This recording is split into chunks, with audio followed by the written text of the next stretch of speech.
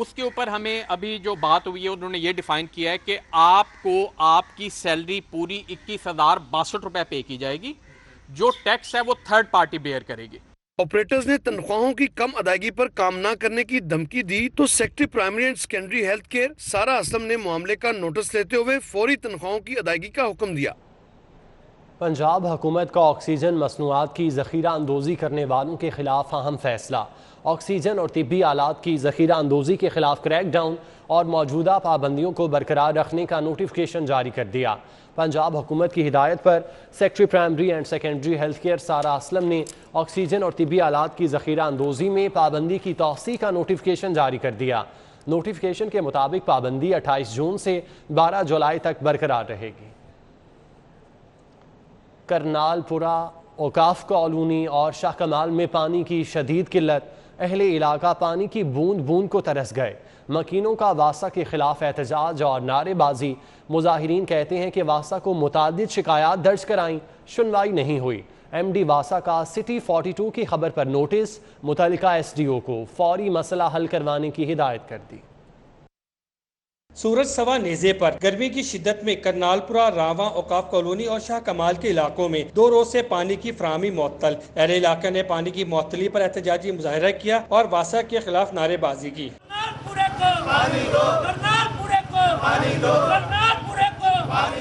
اہل علاقے نے بتایا کہ علاقے میں 3 ٹیوب ویلز نصب ہیں، 2 بالکل ہی بیٹھ گئے، ایک صرف 50% کام کر رہا ہے۔ علاقے سے صوبائی وزیر محمود الرشید اور وفاقی وزیر شفقت محمود جیتے، مگر مشکل وقت میں دونوں غائب ہیں۔ محکمے کے جو لوگ ہیں وہ آئیں، ہمارے علاقے کا وزٹ کریں اور دیکھیں کہ ہماری ضرورت کس طرح پورا کر سکتے ہیں۔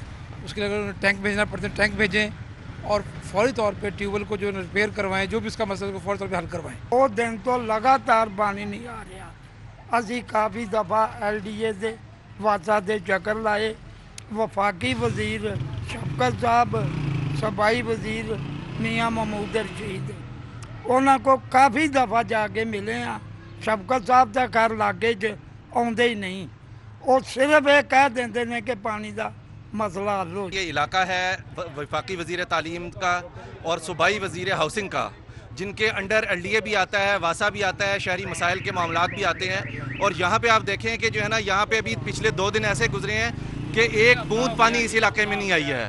2 دن میں ایک بوند پانی کی نہیں آئی ہے، نہ موٹریں چلا کے آئی ہے، نہ کسی طرح سے آئی ہے، اور لوگوں نے احتجاج جو ہے وہ مر کھپ کے کیا ہے۔ سٹی 42 پر خبر نشر ہوئی تو ایم ڈی واسا نے نوٹس لیا، فوری مسئلہ حل کروانے کی ہدایت کی۔ جب ڈائریکٹر واسا اقبال ٹاؤن سے سوال کیا کہ مسئلہ کب حل ہوگا تو جواب دینے سے گریز کیا۔ یہاں 2 ٹیوب ویلز تو بالکل ٹھیک چل رہے ہیں، ان کا ہم نے ڈسچارج بھی چیک کیا ہے، جو ایڈیکویٹ کوانٹٹی اویلیبل دے رہا ہے اس کی واٹر کی۔ تو باقی ایک نیا ٹیوب ویل بھی یہاں جو ہے وہ اس کے پرپوزل ہم نے بھیج دی ہے، وہ بھی امید ہے کہ جلدی یہاں پر لگا دیا جائے گا۔ جو علاقہ مکینوں کا کہنا ہے کہ واسا کے دفتر کے چکر کاٹ رہے ہیں مگر کوئی سنوائی نہیں ہو رہی۔ کہہ دیا جاتا ہے کہ ٹیوب ویل منظور ہے مگر کام کب شروع ہوگا کچھ معلوم نہیں۔ بوند بوند پانی کو ترسے اہل علاقہ اس وقت سراپا احتجاج ہے، واسا سے التجا کر رہے ہیں کہ ان کے پانی کا مسئلہ حل کیا جائے تاکہ ان کی زندگی معمول پر آ سکے۔ کیمرامین محمد ندیم کے ہمراہ فرحان یامین، لاہور۔ دبئی ٹاؤن کا رہائشی مظہر جہانگیر گھر سے مزدوری کرنے نکلا، لیکن 23 جون کو جوہر ٹاؤن میں ہونے والے بم دھماکے کا نشانہ بن گیا۔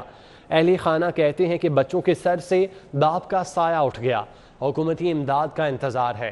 رائے وینڈ روڈ دبئی ٹاؤن کا رہائشی مظہر اقبال، جو مالی کے طور پر گھروں میں کام کر کے بچوں کا پیٹ پالتا تھا، جوہر ٹاؤن میں ہونے والے بم دھماکے کا شکار ہو گیا۔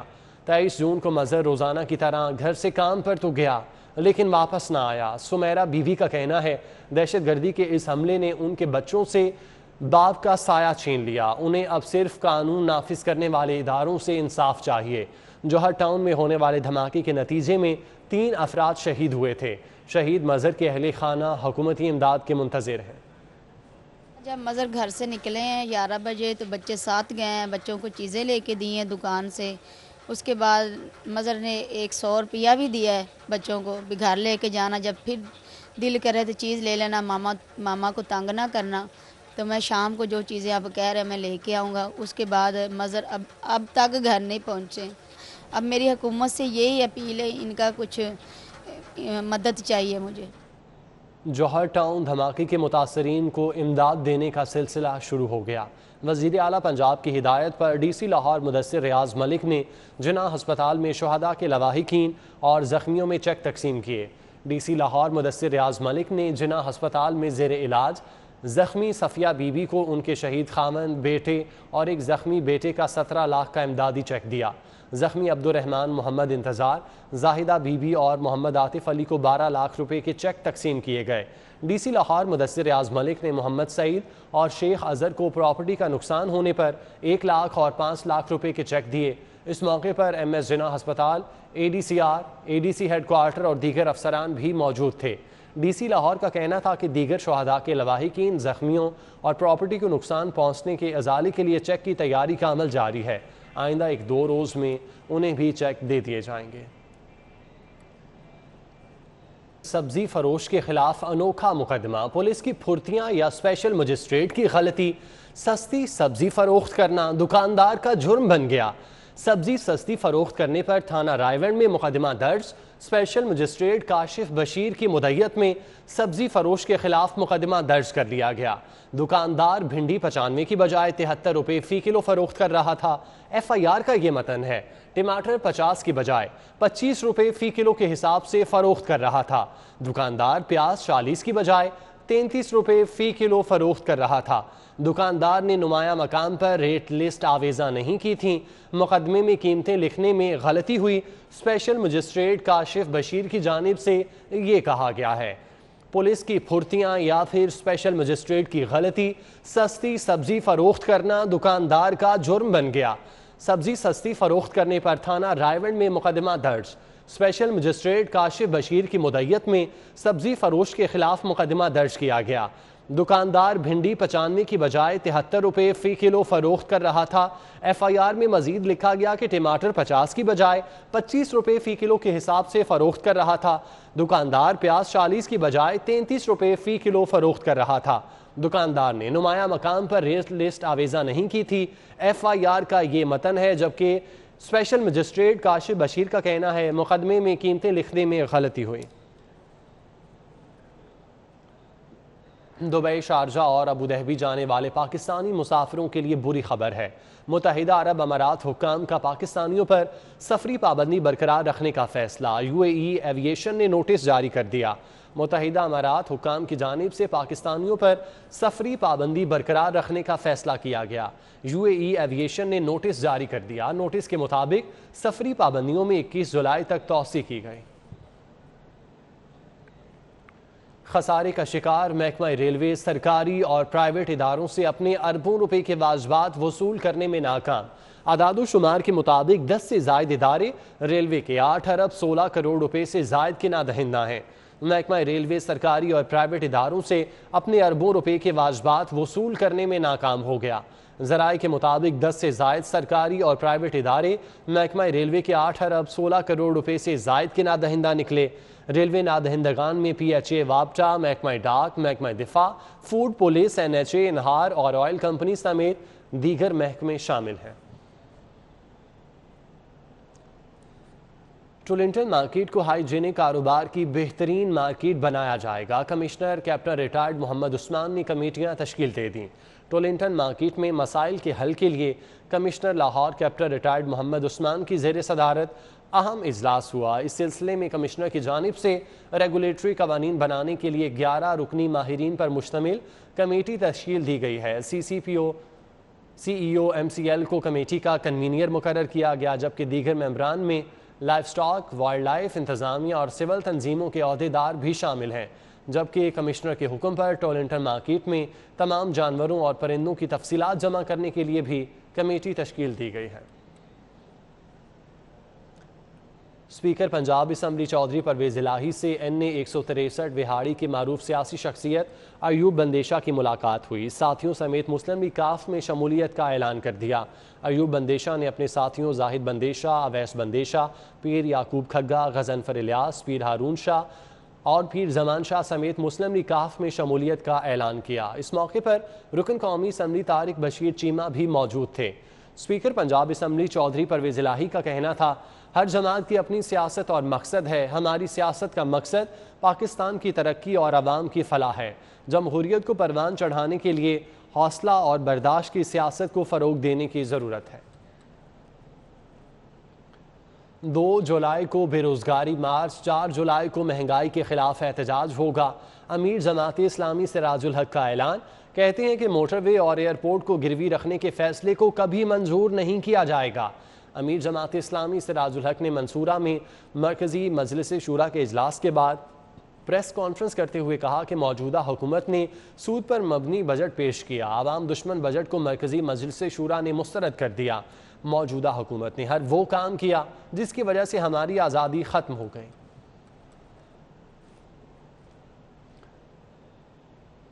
وزیر اعظم کے معاون خصوصی برائے بین المذاہب حافظ طاہر اشرفی نے کہا کہ ریپ کیسز کے ملزمان کو علیحدہ عدالتیں بنا کر سرعام سزائیں دی جائیں، میڈیا ان کی تصاویر نشر کرے۔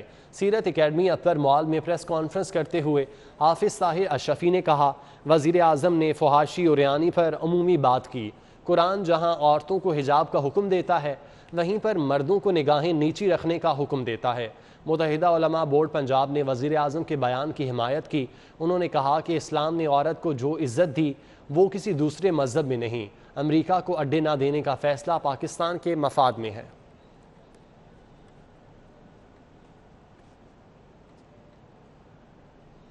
ایس ایس پی آپریشن سید ندیم عباس کا شہر کے مختلف علاقوں میں واقع گرجا گھروں کا دورہ، سیکیورٹی انتظامات کا جائزہ لیا۔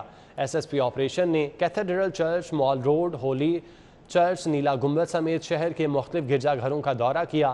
گرجا گھروں پر تعینات پولیس افسران اور جوانوں کو الرٹ رہنے کی ہدایت کی۔ عبادت کے لیے گرجا گھروں میں آنے والوں کی چیکنگ یقینی بنانے کی بھی ہدایت کی۔ ایس ایس پی آپریشن کا کہنا ہے کہ گرجا گھروں میں آنے والے شہری حفاظتی اقدامات کو مد نظر رکھتے ہوئے پولیس عملے سے تعاون کریں۔ صدقے کے نام پر چڑیاں اور دیگر پرندے بیچنے والوں کے خلاف سخت ایکشن۔ محکمہ جنگلی حیات نے غیر قانونی کاروبار کرنے والوں کے خلاف مقدمات کا اندراج شروع کر دیا۔ محکمہ جنگلی حیات کی جانب سے شہر میں صدقے کے نام پر پرندے فروخت کرنے والے افراد کے گرد گھیرا تنگ کر دیا گیا۔ وائلڈ لائف ایکٹ کے تحت متعلقہ تھانوں میں مقدمات درج کروائے جا رہے ہیں۔ محکمانہ جرمانے بھی عائد کیے جا رہے ہیں۔ پرندے کو تحویل میں لے کر آزاد کروایا جا رہا ہے۔ ڈسٹرکٹ آفیسر محکمہ جنگلی حیات تنویر جنجوہا کے مطابق متعدد کارروائیوں کے باوجود پرندوں کو پکڑ کر صدقات کے نام پر ان کی فروخت کا سلسلہ جاری ہے۔ سپریم کورٹ بار ایسوسی ایشن کے انتخابات میں صدارتی امیدوار سردار لطیف کھوسہ کے اعزاز میں تقریب کا انعقاد کیا گیا۔ پیپلز پارٹی کے رہنما ایڈوکیٹ منظور ملک، لاہور بار کے عہدیداروں سمیت حامی وکلاء کی کثیر تعداد نے شرکت کی۔ انتخابات کے سلسلے میں منعقدہ تقریب سے خطاب کرتے ہوئے سردار لطیف کھوسہ نے کہا کہ دنیا کے مقابلے میں چوتھے نمبر پر ججز کو مراد دے رہے ہیں، تاہم ہمارا عدالتی نظام 128 میں سے 124 نمبر پر ہے۔ چاہتے ہیں جوڈیشل کمیشن کی سربراہی چیف جسٹس کی بجائے ایک آزاد ادارہ کرے۔ بار کونسل اور ایسوسی ایشن قانونی مسودہ بنا کر دیں۔ 100 سال پرانے قانون کے تحت چل رہے ہیں جو سامراج نے غلام بنانے کے لیے بنائے تھے۔ تقریب میں سابق secretary supreme court bar Aslam زار، سابق صدر ہائی کورٹ چودھری ذوالفقار، صدر ہائی کورٹ بار ایسوسی ایشن مقصود بٹر، نصرت جاوید باجوہ، میاں عبدالقدوس، شمیم الرحمان، چودھری منظور، خواجہ اعجاز، سلمان کھوکھر ایڈوکیٹ، امیدوار نائب صدر سپریم کورٹ بار پنجاب اور دیگر نے شرکت کی۔ پاکستان جو ہے ہمارا ایک خوبصورت ملک ہے۔ اس پاکستان کا تخیل ایک وکیل نے دیا تھا، علامہ اقبال، محمد علی جناح، علامہ اقبال نے۔ اس کی تکمیل ایک وکیل نے کی تھی، بیرسٹر قائد اعظم محمد علی جناح تھے اس کے۔ اس کی آئین کی جو ہے خالق جو ہے وہ شہید بابا ذوالفقار علی بھٹو بھی ایک وکیل تھے۔